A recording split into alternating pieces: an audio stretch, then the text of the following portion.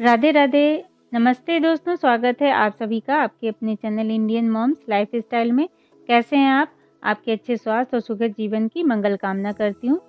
दोस्तों, कार्तिक माह के शुक्ल पक्ष की एकादशी को देव उठनी एकादशी, देव उत्थान एकादशी, देव उठनी, ग्यारस, प्रबोधनी एकादशी आदि नामों से जाना जाता है। इस दिन श्री हरि विष्णु निद्रा से जागते हैं। तो चलिए आज मैं आपको देव उठनी एकादशी की कथाएं सुना रही हूँ।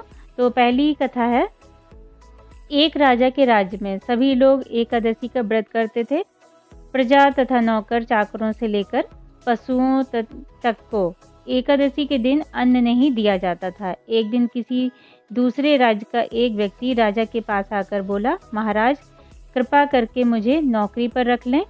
तब राजा ने उसके सामने एक शर्त रखी कि ठीक है, रख लेते हैं, किंतु रोज तो तुम्हें खाने को सब कुछ मिलेगा, पर एकादशी को अन्न नहीं मिलेगा। उस व्यक्ति ने उस समय हाँ कर ली, पर एकादशी के दिन जब उसे फलाहार का सामान दिया गया तो वह राजा के सामने जाकर गिड़गिड़ाने लगा, महाराज इससे मेरा पेट नहीं भरेगा, मैं भूखा ही मर जाऊंगा, मुझे अन्न दे दो। राजा ने उसे शर्त की बात याद दिलाई, पर वह अन्न छोड़ने को राजी नहीं हुआ। तब राजा ने उसे आटा, दाल, चावल आदि दिए।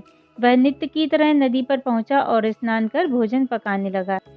जब भोजन बन गया तो वह भगवान को बुलाने लगा, आओ भगवान, भोजन तैयार है।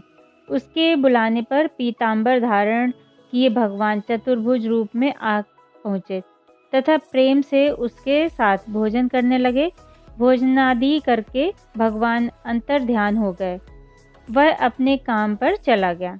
15 दिन बाद अगली एकादशी को वह राजा से कहने लगा कि महाराज मुझे दुगना सामान दीजिए, उस दिन तो मैं भूखा ही रह गया। राजा ने कारण पूछा तो उसने बताया कि हमारे साथ भगवान भी खाते हैं, इसलिए हम दोनों के लिए ये सामान पूरा नहीं होता। यह सुनकर राजा को बड़ा आश्चर्य हुआ। वह बोला, मैं नहीं मान सकता कि भगवान तुम्हारे साथ खाते हैं। मैं तो इतना व्रत रखता हूँ, पूजा करता हूँ, पर भगवान ने मुझे कभी दर्शन नहीं दिए। राजा की बात सुनकर बोला, महाराज यदि विश्वास न हो तो आप चलकर देख लें। राजा एक पेड़ के नीचे छिपकर बैठ गए। उस व्यक्ति ने भोजन बनाया तथा भगवान को शाम तक पुकारता रहा, परंतु भगवान नहीं आए। अंत में उसने कहा, हे भगवान, यदि आप नहीं आए तो मैं नदी में कूदकर प्राण त्याग दूंगा। लेकिन भगवान नहीं आए। तब वह प्राण त्यागने के उद्देश्य से नदी की तरफ बढ़ा। प्राण त्यागने का उसका दृढ़ इरादा जान शीघ्र ही भगवान ने प्रकट होकर उसे रोक लिया और साथ बैठकर भोजन करने लगे। खा पीकर वे उसे अपने विमान में बिठाकर अपने धाम ले गए। यह देख राजा ने सोचा कि व्रत उपवास से तब तक कोई फायदा नहीं होता जब तक मन शुद्ध ना हो। इससे राजा को ज्ञान मिला। वह भी मन से व्रत उपवास करने लगा और अंत में स्वर्ग को प्राप्त हुआ। देव प्रबोधिनी एकादशी की दूसरी कथा। एक राजा था, उसके राज्य में प्रजा सुखी थी। एकादशी को कोई भी अन्न नहीं बेचता था, सभी फलाहार करते थे। एक बार भगवान ने राजा की परीक्षा लेनी चाहिए। भगवान ने एक सुंदरी का रूप धारण किया और सड़क पर बैठ गए। तभी राजा उधर से निकला और सुंदरी को देख चकित रह गया। उसने पूछा, हे सुंदरी, तुम कौन हो और इस तरह यहाँ क्यों बैठी हो? तब सुंदर स्त्री बने भगवान बोले, मैं निराश्रित हूँ, नगर में मेरा कोई जाना पहचाना नहीं है, किससे सहायता मांगू? राजा उसके रूप पर मोहित हो गए और बोले, तुम मेरे महल में चलकर मेरी रानी बनकर रहो। सुंदरी बोली, मैं तुम्हारी बात मानूंगी, पर तुम्हें राज्य का अधिकार मुझे सौंपना होगा। राज्य पर मेरा पूर्ण अधिकार होगा। मैं जो भी बनाऊंगी तुम्हें खाना होगा। राजा उसके रूप पर मोहित था, अतः उसने उसकी सभी शर्तें स्वीकार कर ली। अगले दिन एकादशी थी। रानी ने हुक्म दिया कि बाजार में अन्य दिनों की तरह अन्न बेचा जाए। उसने घर में मांस, मछली आदि पकवान बनवाए और परोस कर राजा को खाने को कहा। ये देख राजा बोला, रानी आज एकादशी है, मैं तो केवल फलाहार ही करूंगा। तब रानी ने शर्त की याद दिलाई और बोला, या तो खाना खाओ, नहीं तो मैं बड़े राजकुमार का सिर काट लूंगी। राजा ने अपनी स्थिति बड़ी रानी से कही तो बड़ी रानी बोली, महाराज धर्म न छोड़ें, बड़े राजकुमार का सिर दे दें। पुत्र तो फिर मिल जाएगा पर धर्म नहीं मिलेगा। इसी दौरान बड़ा राजकुमार खेलकर आ गया। माँ की आंखों में आंसू देख वह रोने का कारण पूछने लगा तो माँ ने उसे सारी वस्तु स्थिति बता दी। तब वह बोला, मैं सिर देने के लिए तैयार हूँ, पिताजी के धर्म की रक्षा होगी, जरूर होगी। राजा दुखी मन से राजकुमार का सिर देने को तैयार हुआ तो रानी के रूप से भगवान विष्णु ने प्रकट होकर असली बात बताई। राजन, तुम इस कठिन परीक्षा में पास हुए। भगवान ने प्रसन्न मन से राजा से वर मांगने को कहा। राजा बोले, आपका दिया सब कुछ है, हमारा उद्धार करें। उसी समय वहां एक विमान आया। राजा ने अपना राजपुत्र को सौंप दिया और विमान में बैठकर परम धाम को चले गए। तो अब मैं देवउठनी एकादशी की तीसरी और प्रमुख कथा सुना रही हूँ। शंखासुर नामक राक्षस की है। तो शंखासुर ने तीनों लोकों में बहुत ही उत्पात मचाया हुआ था।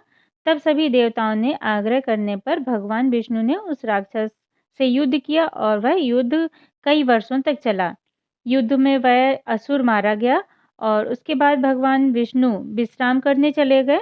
कार्तिक शुक्ल एकादशी के दिन भगवान विष्णु की निद्रा टूटी थी और सभी देवताओं ने भगवान विष्णु की पूजा की थी। शिव महापुराण के अनुसार पौराणिक समय में दैत्यों का राजा दंभ हुआ करता था। वह बहुत बड़ा विष्णु भक्त था। कई सालों तक उसके यहाँ संतान नहीं होने के कारण उसने शुक्राचार्य को अपना गुरु बनाकर उससे ही कृष्ण मंत्र प्राप्त किया। यह मंत्र प्राप्त करके उसने पुष्कर सरोवर में घोर तपस्या की। भगवान विष्णु उसकी तपस्या से प्रसन्न हुए और उसे संतान प्राप्ति का वरदान दे दिया। भगवान विष्णु के वरदान से राजा दंभ के यहाँ एक पुत्र ने जन्म लिया। इस पुत्र का नाम शंखचूर्ण रखा गया। बड़ा होकर शंखचूर्ण ने ब्रह्मा जी को प्रसन्न करने के लिए पुष्कर में घोर तपस्या की। उसकी तपस्या से प्रसन्न हो ब्रह्मा जी ने उसे वरदान मांगने को कहा। तब शंखचूर्ण ने वरदान मांगा कि वह हमेशा अमर अजर रहे, वह कोई भी देवता उसे नहीं मार पाए। ब्रह्मा जी ने उसे यह वरदान दे दिया और कहा कि वह बद्री वन जाकर धर्मध्वज की पुत्री तुलसी जो तपस्या कर रही है उससे विवाह कर ले। शंखचूर्ण ने वैसा ही किया और तुलसी के साथ विवाह के बाद सुखपूर्वक रहने लगा। उसने अपने बल से देवताओं, असुरों, दानवों, राक्षसों, गंधर्वों, नागों, किन्नरों, मनुष्यों तथा त्रिलोक के सभी प्राणियों पर विजय प्राप्त कर ली। वह भगवान श्री कृष्ण पर परम भक्त था। शंखचूर्ण के अत्याचारों से सभी देवता परेशान होकर ब्रह्मा जी के पास गए और ब्रह्मा जी उन्हें भगवान विष्णु के पास ले गए। भगवान विष्णु ने कहा कि शंखचूर्ण की मृत्यु भगवान शिव के त्रिशूल से ही होगी, अतः आप उनके पास जाएं। भगवान शिव ने चित्ररथ नाम गढ़ को अपना दूत बनाकर शंखचूड़ के पास भेजा। चित्ररथ ने शंखचूड़ को समझाया कि वह देवताओं को उनका सारा राज्य लौटा दे, परंतु शंखचूड़ ने मना कर दिया और कहा कि वह महेश्वर से युद्ध करना चाहता है। भगवान शिव को यह जब बात पता चली तो वह युद्ध के लिए अपनी सेना लेकर निकल पड़े।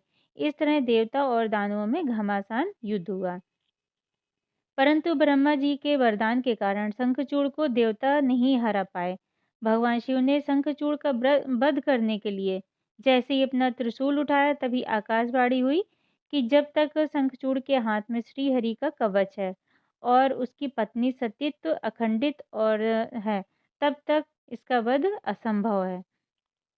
आकाशवाणी सुनकर भगवान विष्णु वृद्ध ब्राह्मण का रूप धारण कर शंखचूड़ के पास गए और उसने श्री हरि कवच दान में मांग लिया।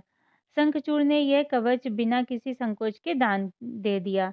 इसके बाद भगवान विष्णु शंखचूड़ का रूप बनाकर तुलसी के पास गए।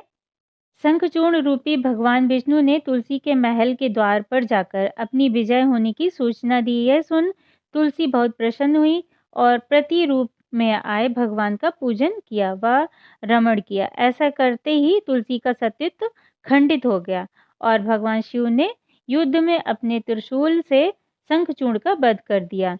तब तुलसी को पता चला कि वे उनके पति नहीं बल्कि वे तो भगवान विष्णु हैं।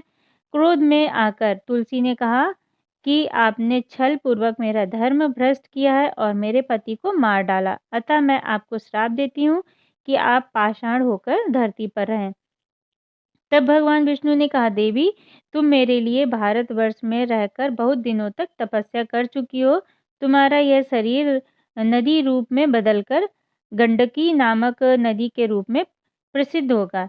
तुम पुष्पों में श्रेष्ठ तुलसी का वृक्ष बन जाओगी और सदा मेरे साथ रहोगी। तुम्हारे श्राप को सत्य करने के लिए मैं पाषाण यानी कि शालिग्राम बनकर रहूंगा। गंडकी नदी के तट पर मेरा वास होगा। देव प्रबोधिनी एकादशी के दिन भगवान शालिग्राम व तुलसी का विवाह संपन्न कर मांगलिक कार्यों का प्रारंभ किया जाता है। हिंदू धर्म मान्यता के अनुसार इस दिन तुलसी शालिग्राम विवाह करने से अपार पुण्य प्राप्त होता है। इस साल लोगों के बीच देव उठनी एकादशी व तुलसी विवाह को लेकर काफ़ी कन्फ्यूजन है। आप भी जान लें एकादशी व तुलसी विवाह का शुभ मुहूर्त व सही तारीख क्या है। तो दोस्तों, देव उठनी एकादशी 4 नवंबर यानी कि आज मनाई जाएगी। एकादशी तिथि 3 नवंबर को शाम 7:30 से शुरू हो चुकी है, जो कि 4 नवंबर को शाम 6:08 तक समाप्त होगी। देवउठनी एकादशी का व्रत का पारण का समय है। देवउठनी एकादशी व्रत तोड़ने का शुभ समय 5 नवंबर को सुबह 6:36 से सुबह 8:47 तक और पारण तिथि के दिन द्वादशी समाप्त होने का समय 5:06 है। और तुलसी विवाह का शुभ मुहूर्त 2022 में है। कार्तिक मास के शुक्ल पक्ष की द्वादशी तिथि 5 नवंबर शाम 6:08 से प्रारंभ होगी, जो कि 6 नवंबर को शाम 5:06 तक समाप्त होगी। वैसे बहुत से लोग देवउठनी एकादशी के दिन ही तुलसी विवाह भी संपन्न कर लेते हैं, तो आपके यहाँ जैसा होता है आप उसी प्रकार करें। तुलसी विवाह शाम के समय प्रदोष काल में होता है। तो मेरे यहाँ भी तुलसी विवाह देव उठनी एकादशी को ही होता है और द्वादशी वाले दिन जो है तुलसी जी की विदाई होती है। तो आपके यहाँ जैसा भी होता है आप उस तरह से करें। और तुलसी विवाह की वीडियो मेरे चैनल पर अपलोड है, आप उसे देख सकते हैं। उससे आपको काफ़ी हेल्प मिलेगी। और अगर आपको वीडियो पसंद आई हो तो लाइक और शेयर कीजिएगा। चैनल पर नए हैं तो सब्सक्राइब कर लीजिएगा। फिर मिलते हैं अगली वीडियो में, तब तक के लिए राधे राधे, जय माता की।